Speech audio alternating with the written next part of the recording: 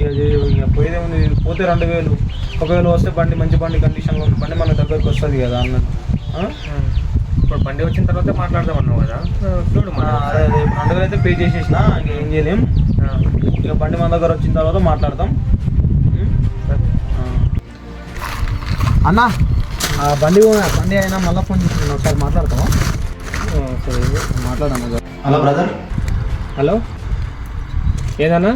బండి ట్రాన్స్పోర్ట్ అవుతుంటే ఇక్కడ దారిలో పోలీసులు పట్టుకున్నారు.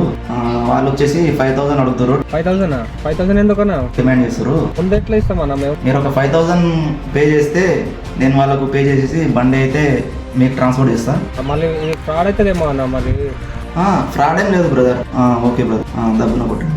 వాళ్ళకి కొట్టేసి మీకు బండి అయితే ట్రాన్స్పోర్ట్ చేస్తాను. 5000 ఇంకా 2000 రెండు నాకు వచ్చే అమౌంట్లోకి వెళ్ళి కట్ చేసుకొని నాకు ఇచ్చేయండి బ్రదర్. తమ్ముడు 5000 కొట్టు.